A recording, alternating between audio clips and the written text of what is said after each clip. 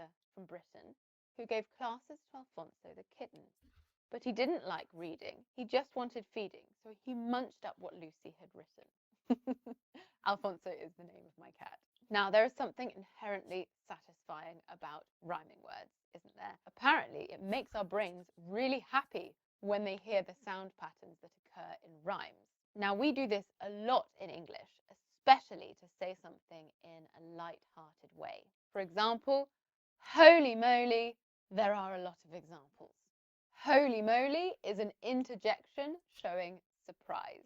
Now, don't worry, I'm going to show you the nitty-gritty. The nitty-gritty is the important detail. We're going to go from the itsy-bitsy, itsy-bitsy means very, very small, to the higgledy-piggledy. Higgledy-piggledy means confused or jumbled. Trust me, these expressions are the bee's knees. The bee's knees is an idiom that means excellent. Okie dokie, let's go. Okie dokie means okay. See, there are a lot of them. Okay, so these rhyming expressions are called rhyming reduplication. And in rhyming reduplication, we alter the beginning of the word, and generally this is a consonant or a consonant cluster. For example, ease, bee's knees. Bee's knees is a copy apart from the consonant sounds at the start of the words. Two-part expressions like this sound extremely informal and bring the register right down to a fun level so that you won't sound hoity-toity. Another one. Hoity-toity is behaving like you are better than everyone else. I hate all this hoity-toity. Here are a few more. Boogie-woogie. Boogie-woogie. Boogie means dance, and so does boogie-woogie. Let's go out next weekend and boogie-woogie. That one does sound a little old-fashioned. This one does too, but not in the same way. Fuddy-duddy. Fuddy-duddy. This noun, or sometimes adjective, describes someone who is old-fashioned or something that is old-fashioned. I find it adorable though. Don't be such a fuddy-duddy. Come out tonight. Or his outfit was a bit fuddy-duddy. We also have quite a childish one. Silly Billy. Silly Billy. And this is what we say to children who aren't behaving in a sensible way. We also use it a lot with our pets because we treat our pets as our children in the UK. The tone of voice is important with this one, as otherwise it could sound pretty insulting. Oh, you are a silly Billy. Take that bucket off your head. Fun fact, I actually got a bucket stuck on my head as a child. I put it on like this and put the strap under my chin to look like a soldier.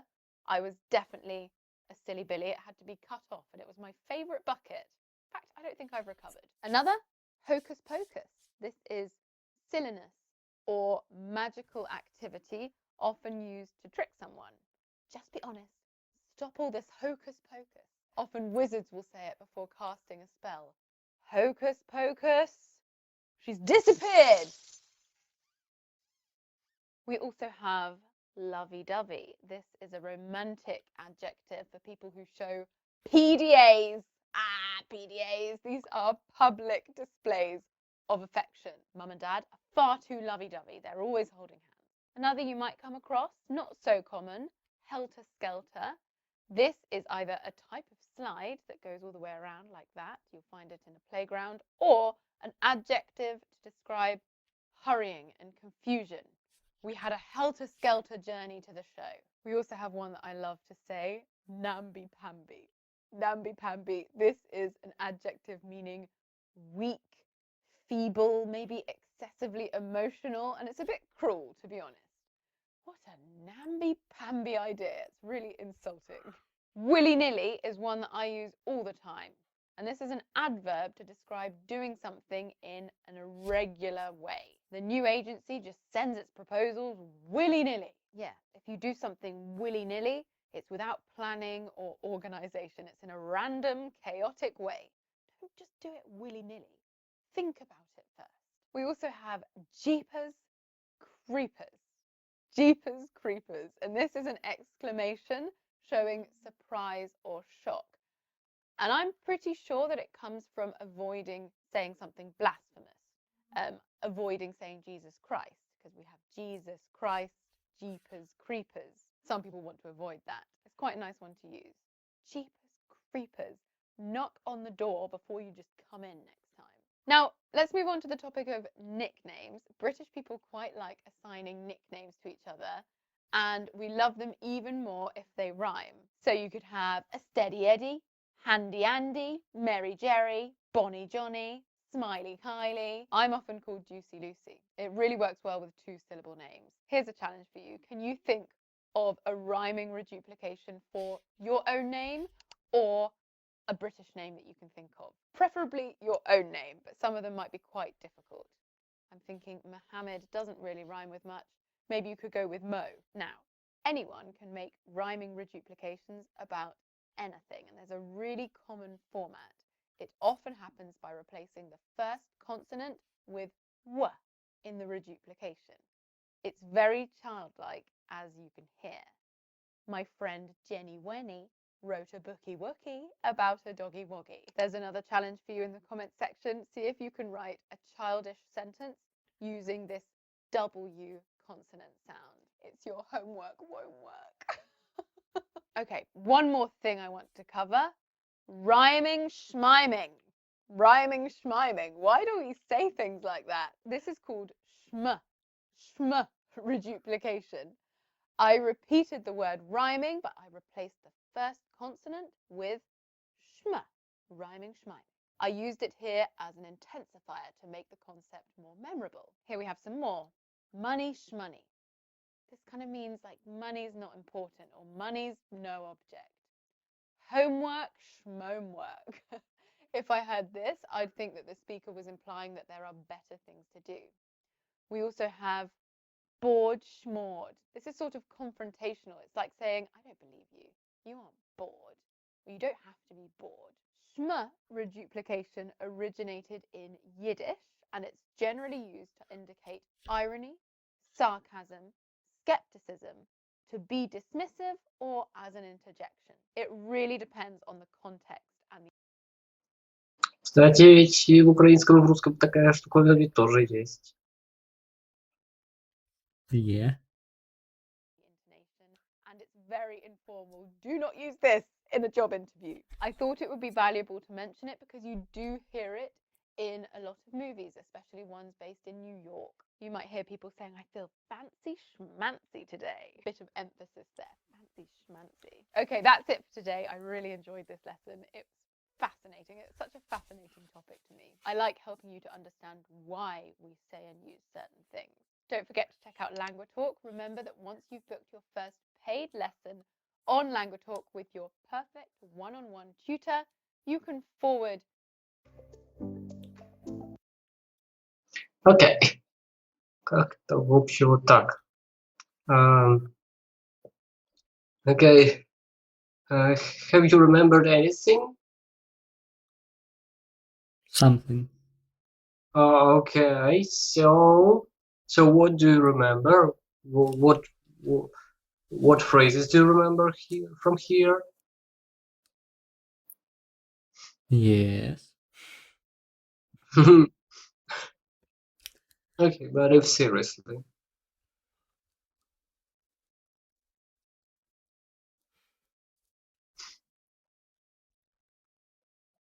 Щось запомнив, щось ні, я не знаю. Окей, понятно. Но я потом тебе сброшу, еще потом пересмотришь.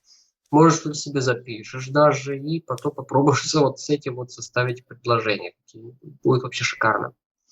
Хорошо. Теперь я предлагаю посмотреть вот такое видео, вот с этим дедушкой. Окей.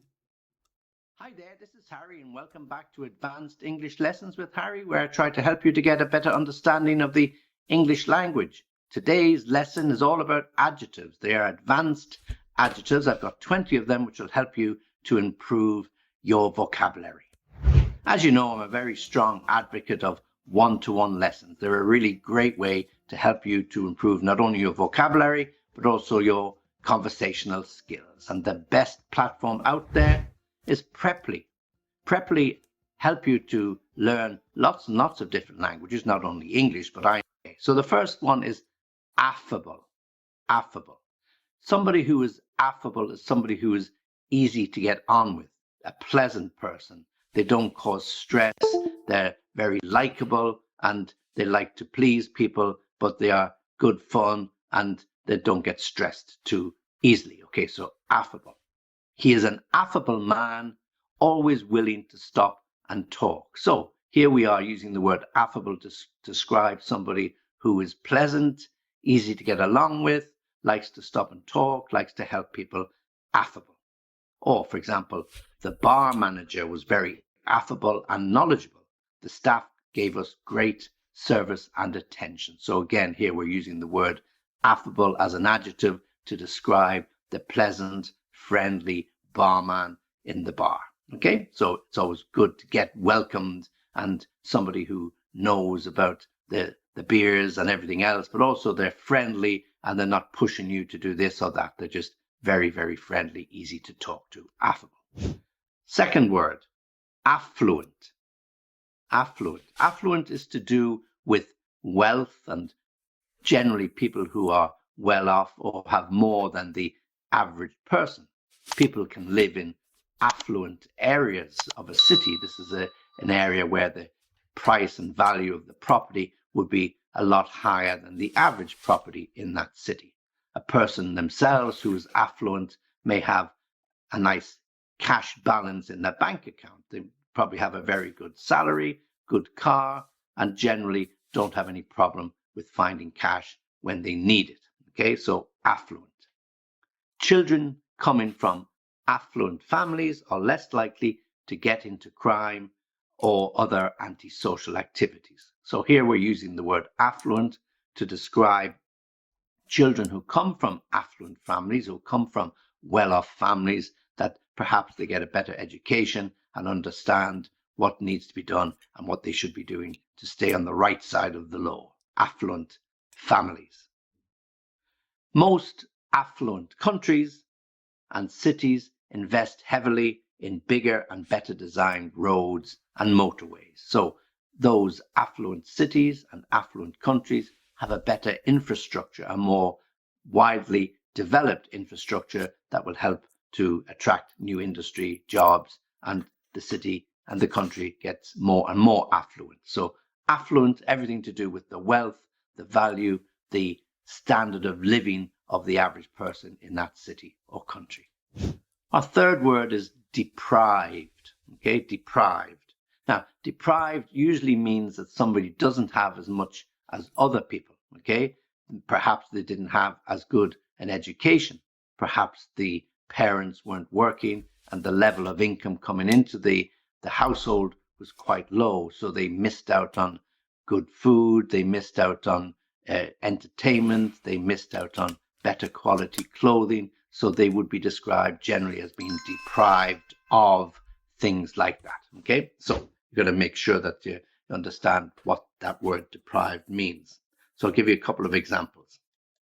The children look happy and content despite the deprived conditions that they lived in. Okay, so even though their family may have been deprived, lower income levels, the children were still happy and content, which proves that you don't always need money to be happy, and you certainly don't need money to be content. It does help, of course, but if you don't have it, you can't buy these things, and therefore you might be described as deprived, but it doesn't mean you don't enjoy life or you can't enjoy life. Okay, so the deprived, we can give another example. The floods, let me just get the correct wording here. A teenager from deprived areas has been awarded a place at a medical school. So a teenager from a deprived area has been awarded a place at a top level medical school. So what this means is that even though that boy or girl lived in or came from a deprived area, not so wealthy area, they were awarded a scholarship that allowed them to attend medical school, medical college, and medical university. So deprived meaning lower standard of living than the average person, but despite that, they were able to achieve their goal and they got or gained. Ты не плывешь там? Ні. О, nice, nice. Scholarship to a big university. Now, the next word is something similar. It's called destitute. Destitute. Okay. So again, we're talking about people on the lower end of the social scale. Okay. So destitute means somebody who has almost nothing. Okay. Now, it might be a temporary situation. They are destitute because they've lost their job, or, you know, there was a massive earthquake or some real upheaval in their life. Or it may be a long-term thing that they are living on the streets and absolutely destitute. They've got nothing, no home, no job, no income. Okay, so it can be short-term or long-term. Let me give you an example. The floods have left thousands of people destitute, cutting them off from clean water and food. Now, this is only a temporary situation. Okay, yeah, generally they'll be okay, but some disaster hit the city or the country, huge floods, and the city was completely covered in water, leaving thousands and thousands of people destitute, without clean water, places to live, or dry places to live and sleep, and no fresh food. So destitute. Or something more long-term, he looked destitute as he entered the house. Perhaps his clothes were really tattered and torn. His shoes were worn down at the heel. Generally, he looked as if he had been sleeping rough for some time, so you could describe him as destitute. He was really in need of a hot meal, a hot bath, and some love and care and attention. Destitute. Next word, dexterous. Okay, so be careful with the pronunciation here. Dexterous. Okay, see the spelling on the screen here. Dexterous. Okay, now dexterous means that you are very useful and skillful, particularly with your hands. So you have to make sure that when you're using this adjective, it's describing somebody who has got good skills with their hands. So it could be somebody who's good at making things, or it could be somebody who's very good at certain sporting activities, particularly those that involve the use of your hands. So here's an example.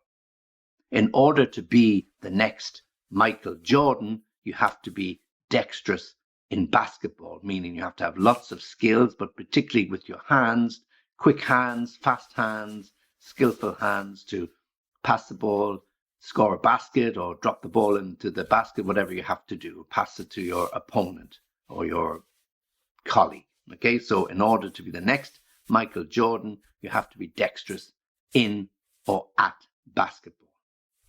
She was very dexterous with her hands, and her embroidery was beautiful. So here we're using it to describe the skills that a lady had with needlework. So her embroidery looked really, really beautiful. So she was obviously very skilled and dexterous. Yeah. Okay. So she can sew with both hands and with great quality and ability. Next word, dubious. This is number 6 on our list. Dubious.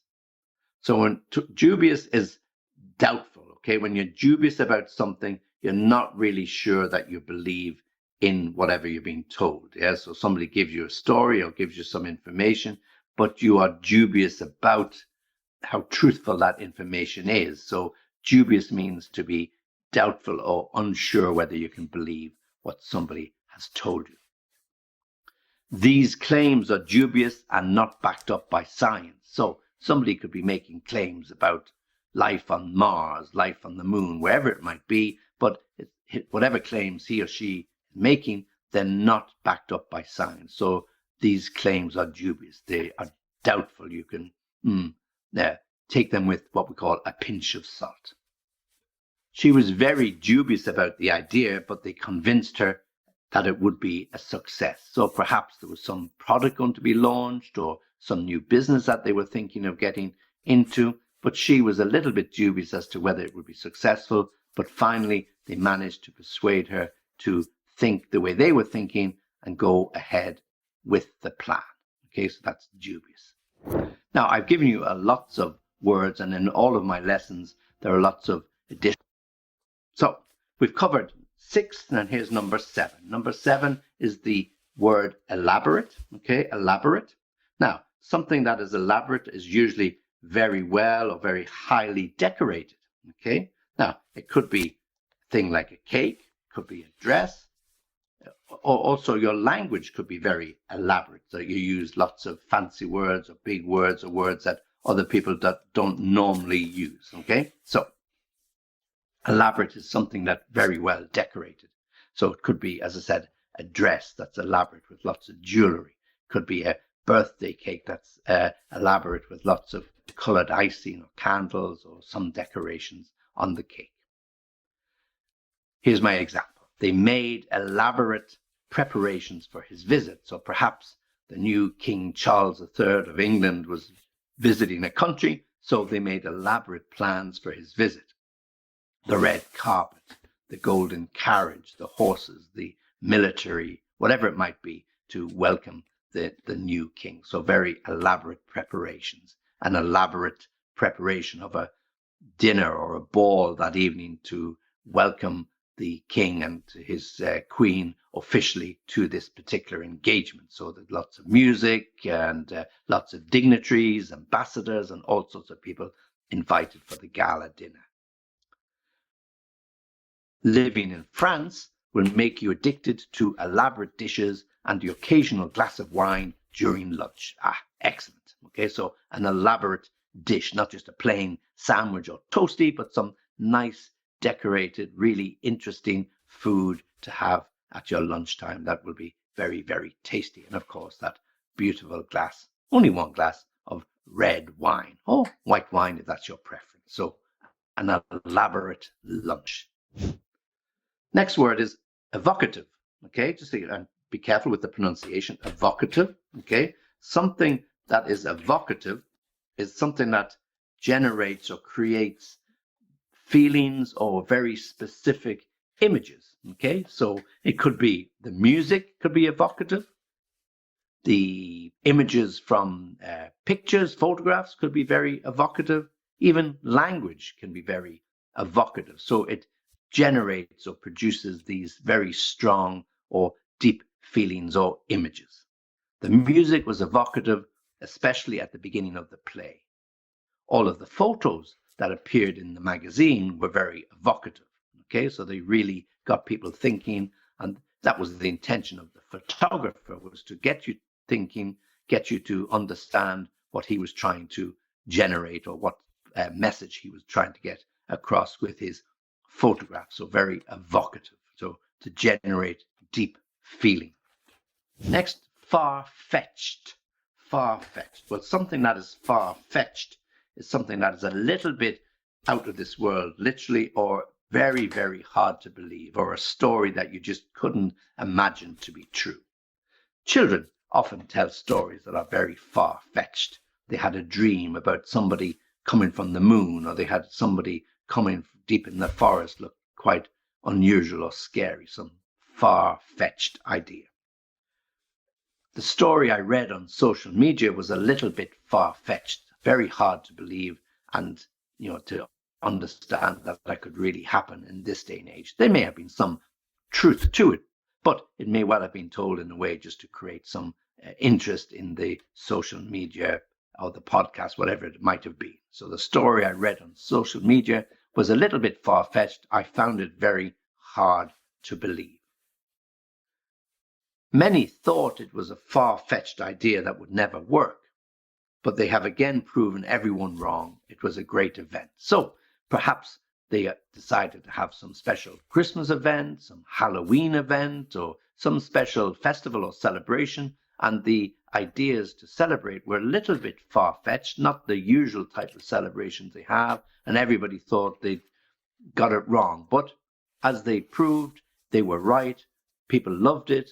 Thousands and thousands of people flocked to see it. The numbers were up, the visitor numbers were up, and it was a great success. So despite being far-fetched in the minds of some people, actually proved to be very, very successful. So not everything that is far-fetched is a disaster. Not everything that is far-fetched is something that you cannot believe in. Next word, number 10, frivolous. Frivolous. Okay, now, frivolous, what does it mean? Frivolous is something that's not so useful, not so valuable, and not so important. Okay, frivolous. We can have frivolous ideas. We can waste our money on frivolous things. Okay, so the things that are not really important in this day and age. Small things, trinkets, things that really don't have a lot of value.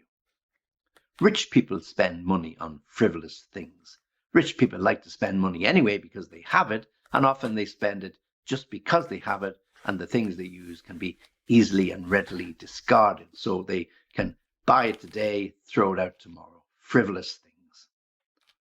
She was a young, frivolous woman who spent most of her days going to parties. Okay, so that's somebody that doesn't really have a great idea of what real life is about. So she wasted her time going to parties every day, not spending a lot of time studying. Perhaps the parents were very wealthy and she knew that she was going to come into a lot of money, and the idea of getting a full-time job was a little bit beyond her. So lots of her time was spent going to frivolous parties, or parties that turned out not to be so interesting, and she could be described as a frivolous young woman, somebody who had ideas that weren't really so important when you look at all of the problems that we have in the world today. Frivolous. Number 11, gleeful. So what is gleeful? Glee is to do with happiness, okay? So when somebody is gleeful, they are happy, yeah? So they are full of happiness. A gleeful smile is a big smile, and you can see that somebody has had really good news, or just generally they are a happy person. A young baby likes to smile when they're well fed and they've got a clean, fresh nappy, so they get a big gleeful smile, yeah? So the big toothy grin. So Mrs. Wilson gave a gleeful smile that made her look younger than her years. So smiling makes people happy, makes people look well, so we should always be happy and smile because it might make you feel and look a little bit younger. So in this example, Mrs. Wilson gave a gleeful smile that made her appear younger than her years. He was gleeful at the way his job was going, so he was really, really happy. He changed his job, wasn't quite sure, but he made a big impression on the bosses. He made a big impression on all his colleagues, and everything was going really, really well. So he had a gleeful smile on his face most of the time. So gleeful, all about happiness, looking happy, feeling happy, doing good things, happy things. Gritty. Now, gritty is an interesting word because it has a couple of meanings, because it can mean just little bits of dirt, gritty dirt in your eyes when the wind blows and you have to wash your eyes and clean or wipe your eyes because it'll annoy you. But when we're talking about people, gritty is to have a determination about you, really talk about gritty performances. It doesn't mean you're the best person, you're the most skilled individual, but a gritty performance is a strong, determined performance, even though you may not be the best. So if you could imagine a situation where you've got a tennis player and he's drawn against Roger Federer, one of the best players in the world. This player, he might have been beaten at the end of the day, but he gave a very gritty performance. He really dug in deep. He won several key points. In fact, he even took a set from Roger Federer, and the papers the next day reported a really gritty performance by the young French tennis player. So this will be something that will stand to him in the future. He didn't win, but he showed that he could do his best and could produce some good tennis when it was needed. So a gritty performance is a strong, determined performance, really dug deep and showed a high level of skill. So what examples have we got? The first half of the book was gritty and harsh, but the second half was a little bit more predictable. Okay, so gritty, a real determined effort, strong. The team was gritty and resilient. It was enough to put them into first place. Okay, so they put in a really, really strong performance, a really gritty performance. So they dug deep and they eventually won the game, and it put them into first place. Number 13, gullible. Gullible is when we believe anything anybody tells us.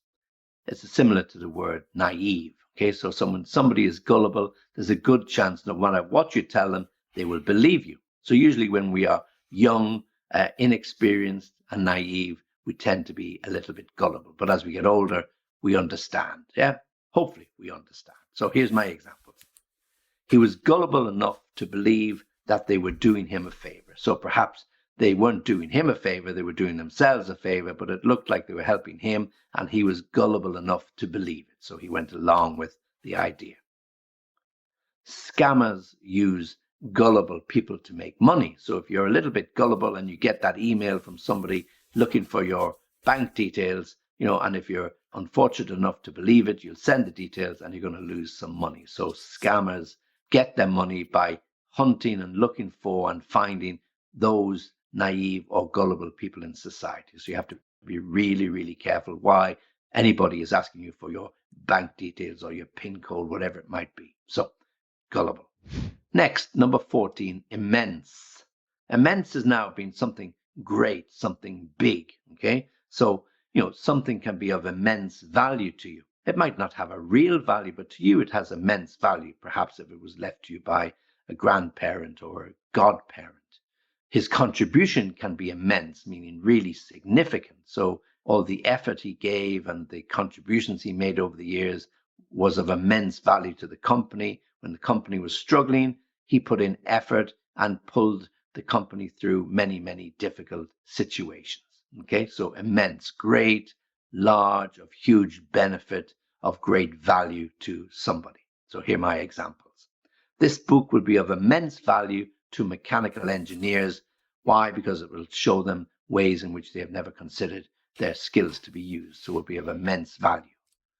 Hopefully my lessons are of immense value to those of you wishing to improve your vocabulary or improve your speaking and conversational skills.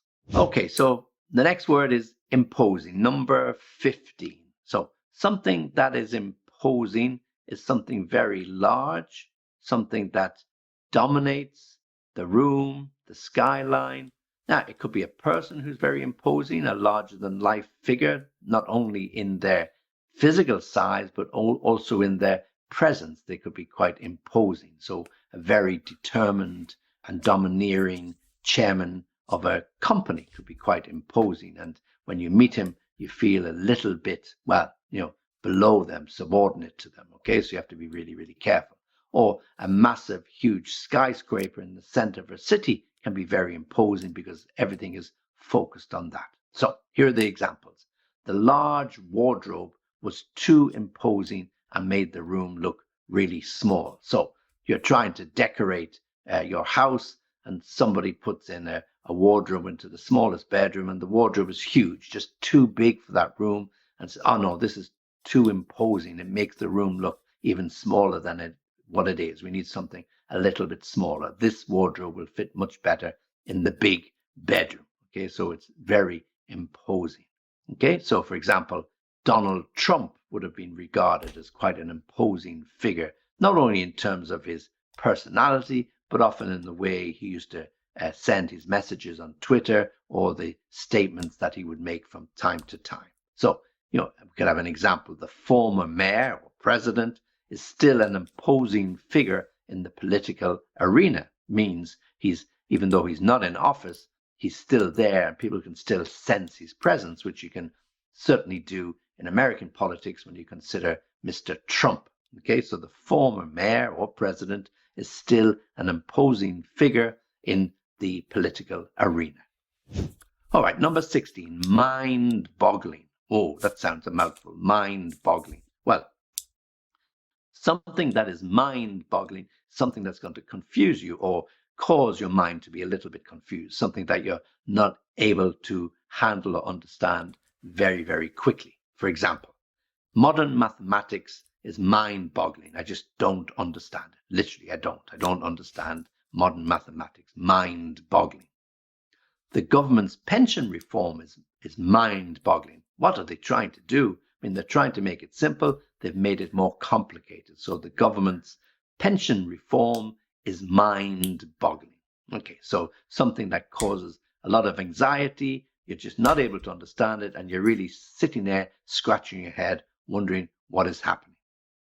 Number 17, perceptible. Well, perceptible is something that is noticeable, something that you can really notice the change. So if the temperature drops significantly over 2 days, it's perceptible. You notice, when it goes from plus 15 to plus 6 in 24 hours. the change in temperature is perceptible, something that you notice, and you notice quite easily. The improvement in our living standards is barely perceptible.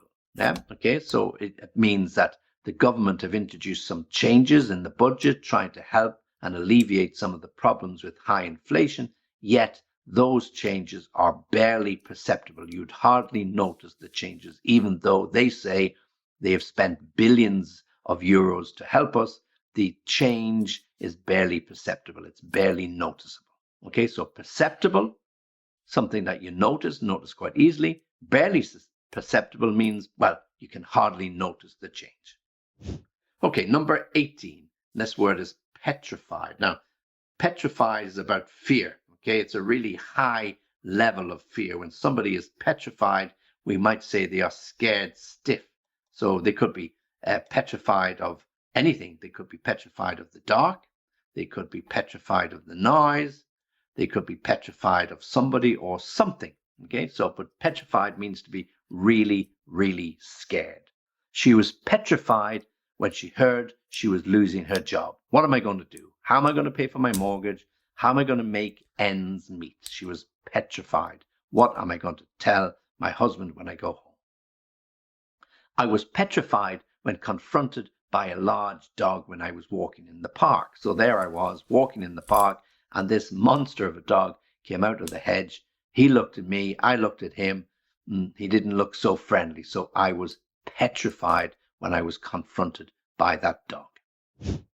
Okay, next we have plausible. This is word number 19, plausible. Plausible is something that is believable. Yeah, okay. Often we talk about this when we're talking about excuses that people make for being late, for not doing their homework, for not doing something they were supposed to do, and people make up all sorts of stories. Some of them implausible, not believable, some of them very plausible. His excuse for not doing his homework was actually plausible this time. So perhaps the other 3 or 4 times he had excuses about the dog eating his homework or whatever happened.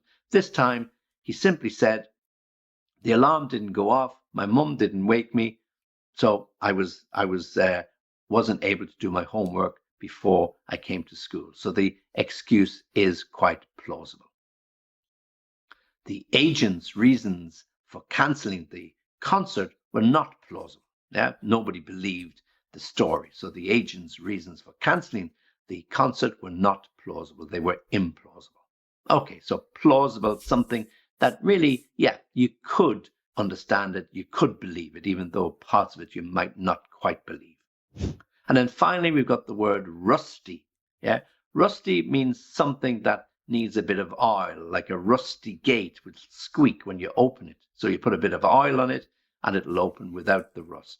But rusty can mean something that's out of practice. Or for example, our language skills can be a bit rusty. Yeah, okay. So our French was very rusty, but with the aid of a dictionary, we were able to get around the problem. So our French was rusty. So if you're planning a holiday to France, Italy, Spain, you usually dig out the phrase book and try to learn a few of the phrases in advance of the holiday to brush up on your language skills so they're not so rusty. I'm pretty rusty at this game. I haven't played golf for years. I mean, I'm sure when I try to hit the ball, it won't go more than 10 meters. Yeah. So if you're rusty, you need to do a bit of practice. You need to get into training again to improve your skills so that you're not so rusty. Okay. All right. So rusty, something that hasn't been used for a while. Physically, if something is rusty that hasn't been used for a while, a bike in the garden, then you get the rust, this reddish problem with the metal, and it deteriorates. So that's where it comes from. And when we use rusty about our skills, they just haven't been practiced enough.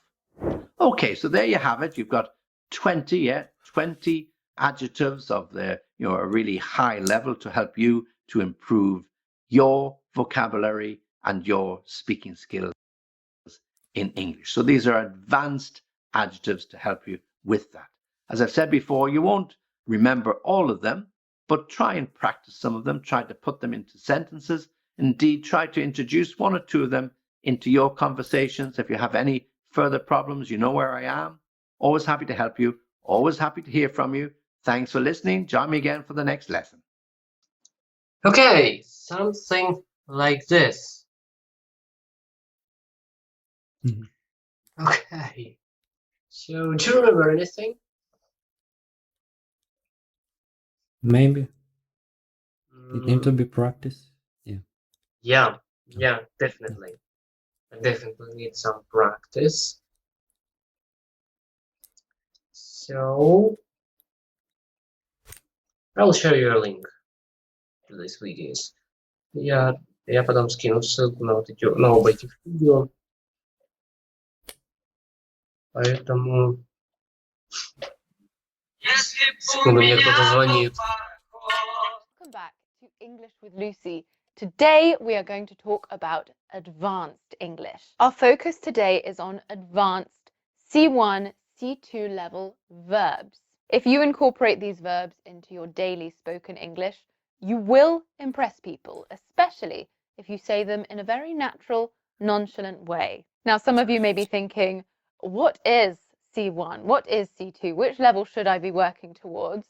I've designed a level test that you can use to measure which level you are working towards. The verbs. Number 1, to advocate. To advocate.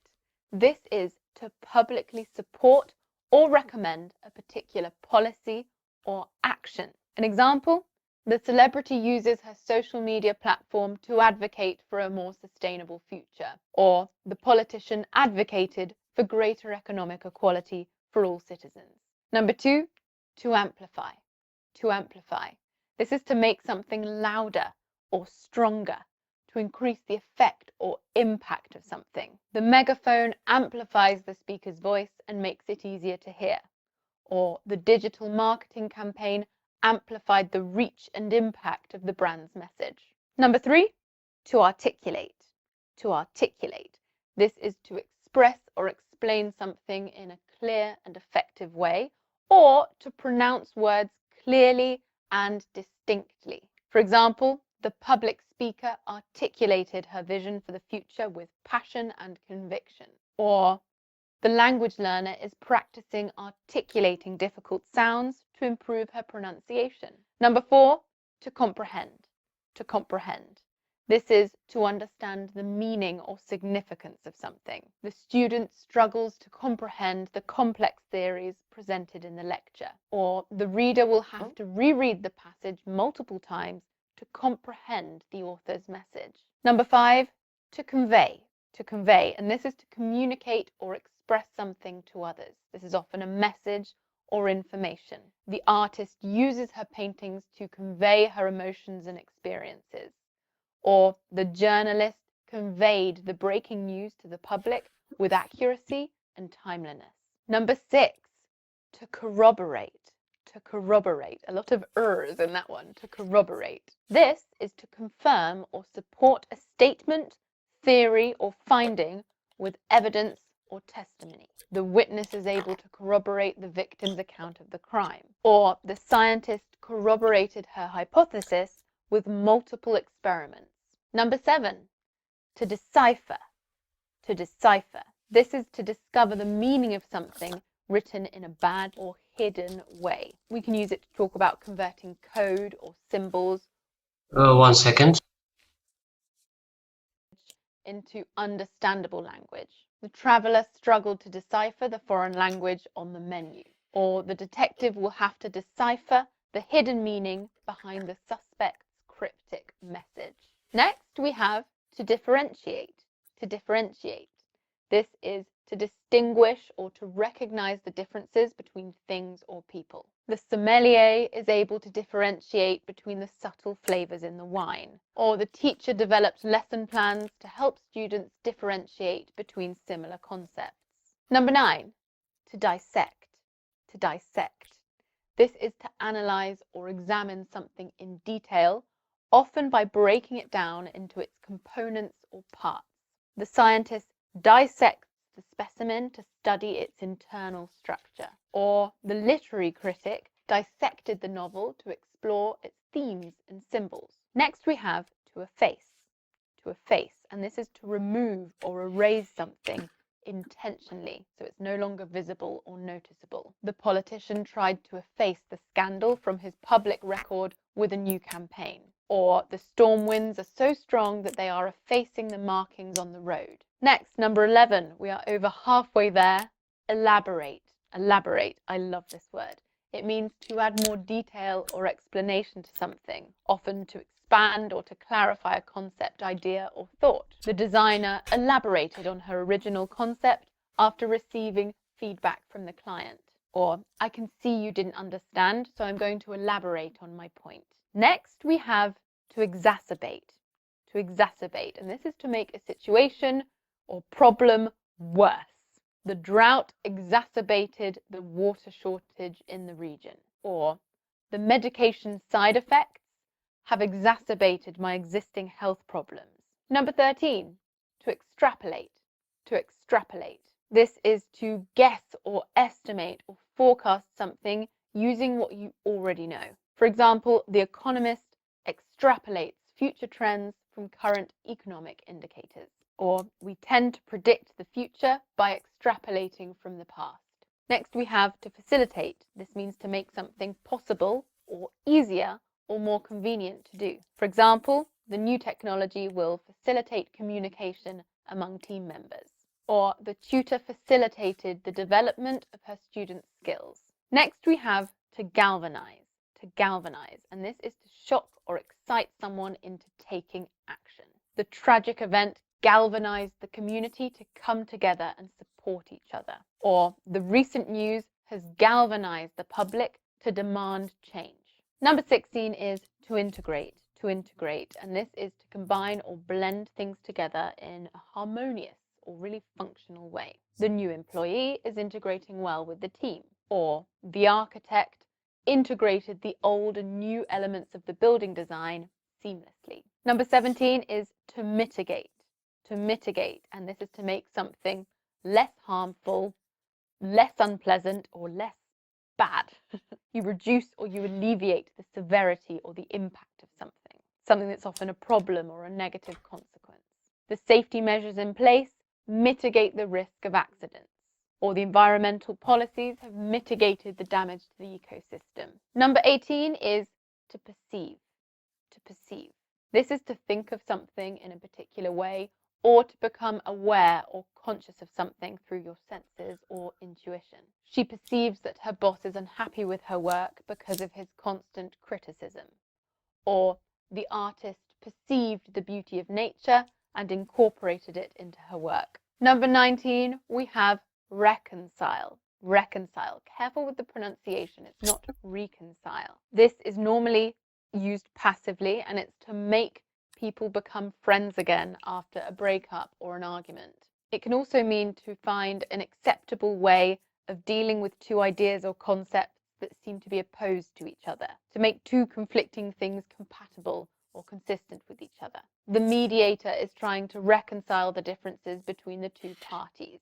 Or, the couple reconciled after a period of separation. And finally, to scrutinize. To scrutinize. This is to examine or inspect something very closely, very thoroughly. You're combing through for mistakes, potentially. His apology was carefully scrutinized by his PR team before it was released to the public. Or, she scrutinized his essay but couldn't find a single error. Right, those were your 20 incredibly advanced English verbs. As I mentioned, they are C1 to C2 level. As I said, if you would like to discover your current level of English, take my free online level test. The results will be sent to your email address. Окей. В общем, как-то так, там дальше уже реклама. Ну что ж. Ну, как я понял, вот она тебе немножко, вот эта девушка заходит немножко хуже, чем вот тот дед, да? Ну, чуть-чуть похуже воспринимается. Да, вот со мной точно так же, да. Поэтому в следующий раз, если Я думаю, что в следующий раз уже у меня с горлом все будет получше, я смогу и сам об этом рассказывать. Но если что, то будем тогда больше у деда смотреть.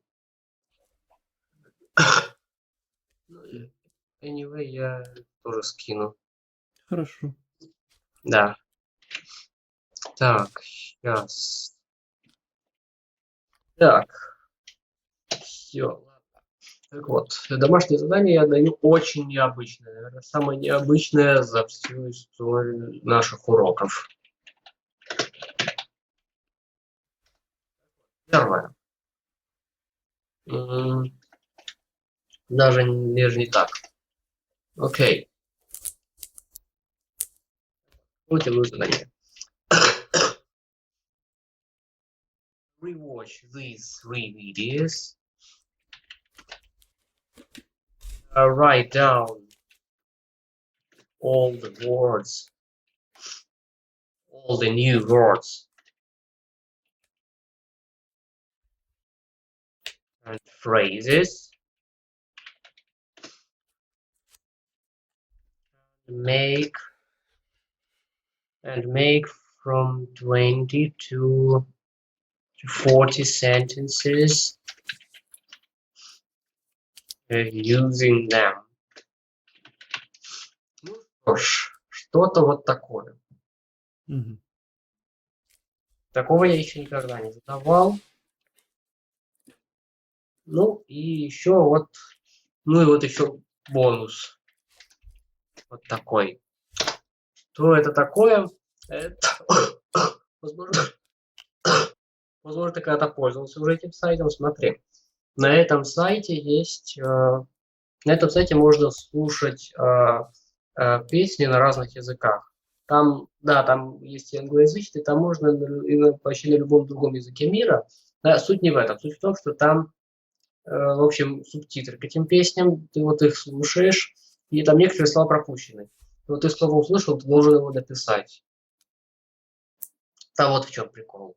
А вот это очень полезно и учить песни, и учить понимать их на слух. Потому что вот песни это вот самая такая тяжелая тема для понимания на слух в английском языке. Так что тебе это будет очень полезно. Я тебе не задаю, это как ДЗ, но в свободное время можешь вот заходить на этот сайт и слушать там по несколько песен в день. Будет прям вообще шикарно. 2-3 песни в день, если вот будешь слушать и там вставлять пропущенные слова, будет прям вообще прям о. Так что вот как-то. Все. Ладно, если тебе уже пора уходить, не буду тебя задерживать. Все. That's it. So, have a nice day. You too. Thanks, and see you next Sunday. Goodbye. Goodbye.